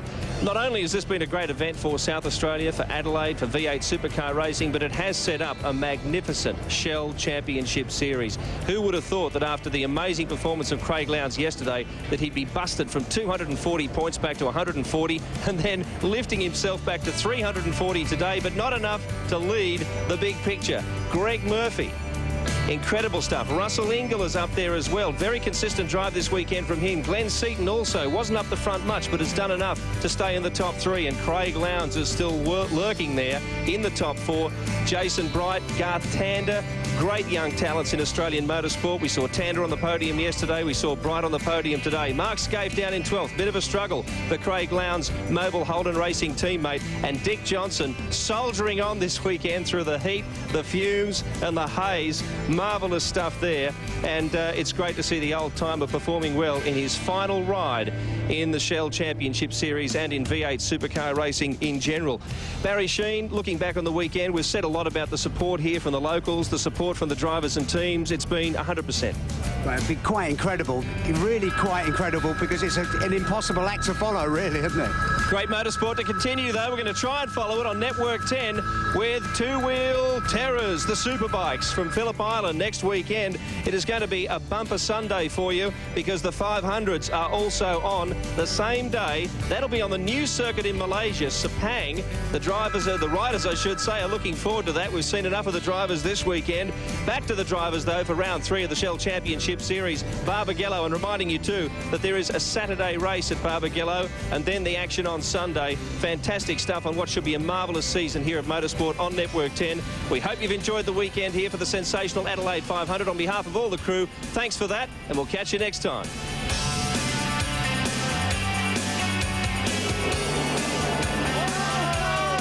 Wayne Gardner and John Briggs. Nice to have the safety car out. Oh, he's not a happy chappy. Oh, he wants to rip into John Briggs too.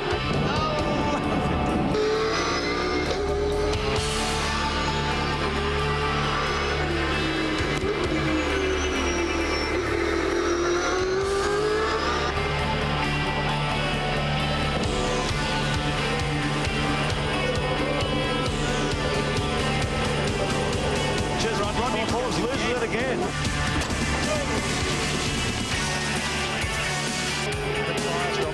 Oh, now that would have been in contact there. And look at the damage on the front of Craig Lowndes' car. Oh, look at this. Lowndes switches, yep. Oh, yeah, it is contact.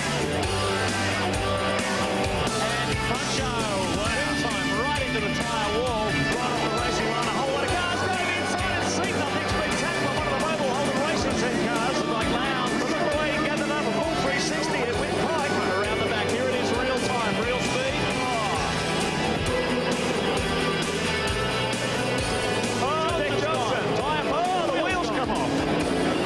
Wow.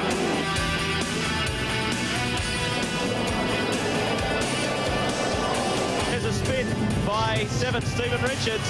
Oh, he just lands the tyres too.